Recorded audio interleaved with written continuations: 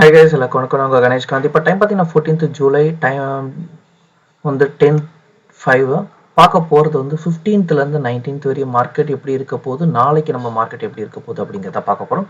15th 16th bank holiday, 17th government holiday. So trading 17th இருக்காது. So 17th இருக்கிற bank Nifty expiry நமக்கு Tuesday கொடுத்துருவாங்க. 15th 16th already bank holiday இருக்குன்றதுனால traders பெரும்பாலும் வால்யூமை ரொம்ப கம்மியமாக யூஸ் பண்ணுவாங்க.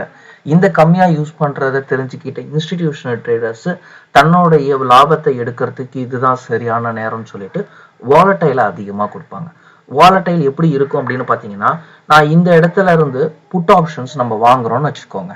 இப்போ மார்க்கெட்டை வந்து ரெண்டு ஸ்டேஜ் எடுத்துக்கோங்க. ஒரு ஸ்டேஜ் வந்து இப்போ மார்க்கெட் கீழே இங்கே ஹிட் ஆகிட்டு மேலே ஏறதுக்கான பாசிபிலிட்டிஸ் அதிகமாக இருக்கும். ஏன் அப்படின்னா பேங்க் நிஃப்டி பலவீனமாக இருக்காங்க அப்படிங்கிறதுனால. பலவீனம் இன் த சென்ஸ் அவங்களுடைய ரேஞ்ச் பவுண்டை பிரேக் அவுட் பண்ணாமல் ஒரு சென்டர் பாயிண்ட்ல இருக்காங்க அப்படிங்கிறதுனால நிஃப்டியை கம்பேர் பண்ண சொல்ல பேங்க் நிஃப்டி பலவீனமாக இருக்காங்க அப்படிங்கிறது தான் லாஜிக்கான கான்செப்ட். ஓகேவா? இப்போ அவங்க என்ன பண்ணுவாங்கன்னா, இந்த இடத்த ஹிட் பண்ணிட்டு திருப்பி மேலே ஏற ட்ரை பண்ணுவாங்க. ஸோ இந்த இடம் ஹிட் பண்ண ட்ரை பண்ணுவாங்கன்றது தானே தவிர கன்ஃபார்மாக இடிப்பாங்கன்னு சொல்ல முடியாது. ஏன்னா அதுக்குள்ள பேங்க் நிஃப்டி இந்த ஸ்பாட்டை ஹிட் பண்ணிட்டு மேலே ஏறிட்டாங்கன்னா அவங்க இந்த இடத்துலயே ஒரு ரேஞ்ச் பவுண்ட் பிரேக் அவுட் எடுத்துக்கலாம். ஸோ இங்கே ஒரு 24,400 மாதிரியும் ஹிட் ஆகிட்டு மேலே ஏற ட்ரை பண்ணலாம். ஸோ கால் ஆப்ஷனை நம்ம வாங்கலாம், மேலே அதாவது இறங்காது. ஏன் அப்படின்னா மியூச்சுவல் ஃபண்ட் இன்வெஸ்டர்ஸ் ஹோல்ட் பண்ணுவாங்க. முடிஞ்ச வரை நெக்ஸ்ட் வீக்கில் அந்த கான்செப்டை எடுத்துக்கோங்க. நெக்ஸ்ட் வீக்கில் இருக்கிற கால் ஆப்ஷனை விலை கம்மியாக எவ்வளோக்கு எவ்வளோ கம்மியாக வாங்க முடியுமோ அவ்வளோ கம்மியான ப்ரைஸில் வாங்குங்க. ப்ரீமியம் லோ ப்ரைஸில் எடுக்காதீங்க. ஐ மீன் விலை கம்மியாக கீழே எவ்வளோக்கு எவ்வளோ நம்ம லாபத்தில் எடுக்க முடியுமோ அவ்வளோக்கு எவ்வளோ லாபத்தில், கீழே ரொம்ப இறங்குச்சுன்னா ஆவரேஜ் பண்ணிக்கலாம். 2400 வரையும் நம்ம ஸ்டாப் லாஸ் மெயின்டைன் பண்ணலாம். ஓகேங்களா?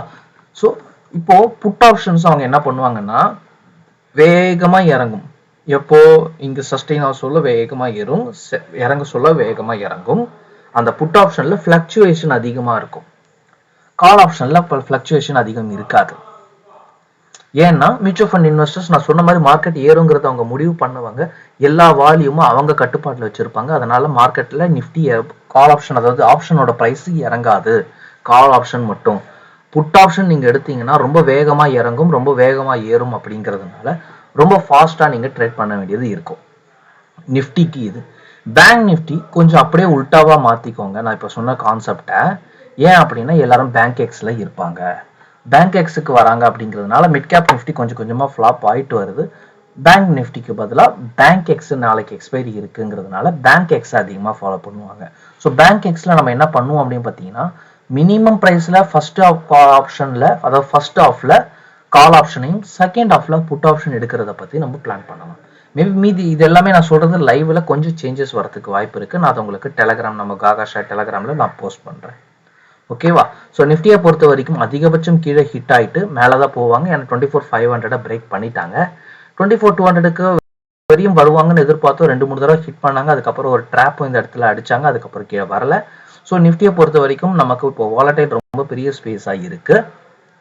கீழே வந்தாங்கன்னா அதிகமாகவும் வரதுக்கு வாய்ப்பு இருக்கு. மிட்ல என்டர் ஆகிட்டு மேலே ஏறதுக்கு வாய்ப்பு இருக்கு. 24,600 பெரிய போயிட்டாங்க, 550 கிராஸ் பண்ணிட்டாங்க. அப்படிங்கிறதுனால இப்போ அவங்க அடுத்த டார்கெட் 650 அப்படிங்கிறத நாளைக்கு ட்ரை பண்ணுவாங்க.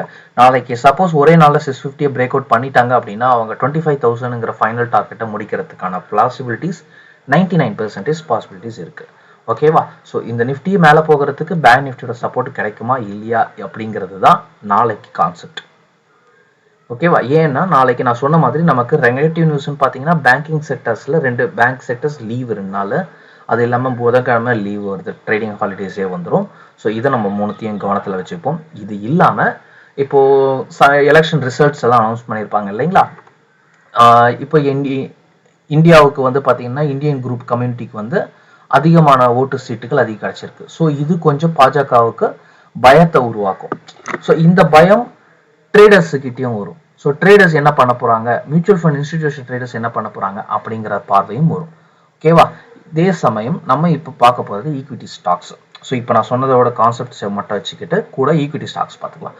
ஈக்விட்டி ஸ்டாக்ஸை நான் ப்ரீவியஸாக ஒரு வீடியோஸ் போட்டிருக்கோம். என்னென்னா ஐஆர்எஃப்சி போட்டிருக்கேன், நிப்பான் சில்வர் ETF போட்டிருக்கேன் இல்லையா? இப்போ ரெண்டுமே போயிட்டு இருக்காங்க நல்லா. ஸோ அதில் இன்வெஸ்ட்மெண்ட் பண்ணுவோம்.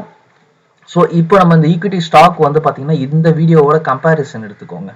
செபி F&O நியூ ரூல் போடுறாங்கல்ல, அப்போ அவங்க வந்து ஈக்விட்டி பெரிய ஒரு சில ஸ்டாக்ஸ் எல்லாம் வந்து அடி வாங்கும். எதுலாம்னா எஸ்பெஷலி ஃபியூச்சர் அண்ட் ஆப்ஷன்ஸில் இருக்கிற கம்பெனிஸ்லாம். ஓகேவா? அதனால் அதை மட்டும் கொஞ்சம் டியூன் பண்ணிக்கோங்க. நான் அதை செப்பரேட்டாக வீடியோஸ் மார்க்கெட் அவங்க லைவ் லான்ச் பண்ண பிறகு என்ன மாதிரி அப்ரிசியேஷன் டிப்ரிசியேஷன் வருதுன்னு பார்த்துட்டு நான் உங்களுக்கு இன்ஃபார்ம் பண்ணுறேன். இப்போ கரண்ட்லி இன்வெஸ்ட்மெண்ட்டுக்கும் பார்த்தீங்கன்னா இப்போ BSNL 5G வருது நியூஸ் பேசிகிட்டு இருக்காங்க. அப்படிங்கிறதுனால MTNL அதாவது வாட் வாஸ் தஸ் MTNL வந்து ஒரு நிகம் லிமிட்டடுன்னு வரும்.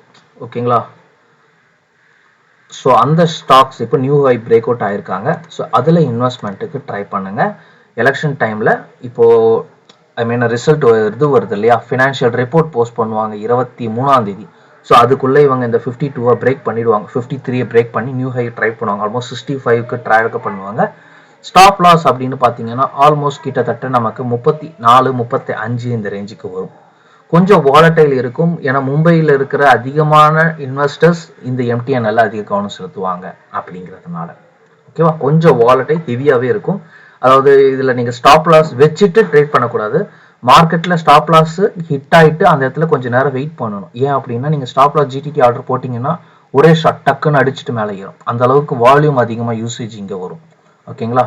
ஜாம்பவான்னு சொல்லுவாங்கல்ல, அந்த மாதிரி இன்வெஸ்டர்ஸ் எல்லாம் இந்த MTNL சின்ன ஸ்டாக்ஸில் 1 லட்சம் 2 லட்சம் குவான்டிட்டிஸ் எல்லாம் எடுப்பாங்க. அதனால் இதில் கொஞ்சம் கவனம் அதிகமாக செலுத்துங்க. அடுத்ததாக வந்து MMTCயை பொறுத்த வரைக்கும் நமக்கு எந்த ப்ராப்ளமும் இல்லை. லாங் டேர்ம் இன்வெஸ்ட்மெண்ட்டுக்கு செட் ஆகும். ஒரு விஷயம் நான் சொன்னது, இந்த செபி நியூ ரூல் சொன்னல, இதனால MMTCக்கு ஏதாவது பாதிப்பு வருதா இல்லையா அப்படிங்கிறத பார்க்க வேண்டியது இருக்குது. Long term investment in the sense அதிகபட்சம் 115ங்கிறது டார்கெட்டு. இவங்க கடன் வாங்கி தொழில் பண்ற அரசு நிறுவனம். சரிங்களா? அதாவது ஒரு ஷேர்ல இன்வெஸ்ட்மெண்ட் பண்ணாங்களே, அந்த பணத்தை வச்சு இன்னைக்கு ரொட்டேஷன்ஸ்ல ஓட்டிட்டு இருக்காங்களே தவிர சுய சம்பாத்தனை சுய லாபம் அப்படின்னு சொல்லிட்டு MMTCக்கு இனிய வரையும் கிடையாது. ஸோ அதனால இதுல ரொம்ப லாங் டேர்ம் அப்படி லைஃப் டைம் அப்படிங்கிற மாதிரி எடுத்துக்காதீங்க. அதிகபட்சம் 6 monthsக்குள்ள முடிச்சிடுற மாதிரி பாருங்க. IFCI ஓரளவுக்கு ரெக்கவர் ஆயிட்டாங்க. இப்போதைக்கு அவங்களுக்கு பிரச்சனை இல்லை. ஓரளவுக்கு சேவ் பண்ணி போயிட்டு இருக்காங்க. இப்போ நியூ ஹை ரீச் பண்ணிட்டாங்க இப்போ. ஸோ அடுத்த நியூ ஹை அவங்க 185 அப்படிங்கிறது வெரி வெரி லாங் டேர்ம் அப்படிங்கிற மாதிரி போகும். பிளான் பண்ணீங்கன்னா ஒர்க் அவுட் ஆகும் இந்த கம்பெனி. ஓகேவா? ஸோ இது மூணுமே நல்ல ஒரு லாங் டேர்ம் இன்வெஸ்ட்மெண்ட்டுக்கு உங்களுக்கு செட் ஆகக்கூடிய விஷயம். ஆல்மோஸ்ட் மூணுமே எடுத்தீங்கன்னா 115 120 தாண்டுற டார்கெட் தான். ஆல்மோஸ்ட் கிட்டத்தட்ட டபுள் மணி டார்கெட். IFCI டபுள் மணி டார்கெட் வச்சுக்கலாம். ஆனால் ரொம்ப டவுன்ல இருந்து கீழே வந்திருக்காங்க. அதனால அந்த கம்பேரிசன் அந்த இதுவை மட்டும் ஞாபகம் வச்சுக்கோங்க. சடனாக கீழே இறங்கிடுவாங்க. அதனால ஹோல்டிங் லைஃப் டைம், இப்போ நான் சொன்ன மூணுமே வந்து லைஃப் டைமுக்கு செட் ஆகாது. எப்போ வேணும்னாலும் இறங்குவாங்கங்கிறதுனால ரொம்ப கேர்ஃபுல்லாக நம்ம அவாய்ட் பண்ணணும். ஓகேங்களா? ஏதாவது ஒரு சடன் நியூஸ் ஒன்று வந்துச்சு அப்படின்னா போதும், ரிசல்ட் ஏதாவது வருதான்னு மட்டும் செக் பண்ணிக்கோங்க. நான் அதை பார்க்கல. ரிசல்ட் வர டைமாக இருந்ததுன்னா மார்க்கெட்டில் அவங்க டவுன் போவாங்க. ஏன்னா ரிசல்ட் கண்டிப்பாக நெகட்டிவ்ல தான் கொடுப்பாங்க. ஓகேவா? ஸோ வேறு ஏதாவது டவுட்ஸ் இருந்தால் கீழே கமெண்ட்ஸில் போஸ்ட் பண்ணுங்கள். மற்றது எல்லாம் நெக்ஸ்ட் வீடியோவில் பார்க்கலாம். ஆஃப்கோர்ஸ் டெலகிராமில் ஃபாலோ பண்ணிங்கன்னா உங்களுக்கு லைவில் Nifty bank Nifty intraday levels நான் போஸ்ட் பண்ணுவேன். Okay, thank you, take care.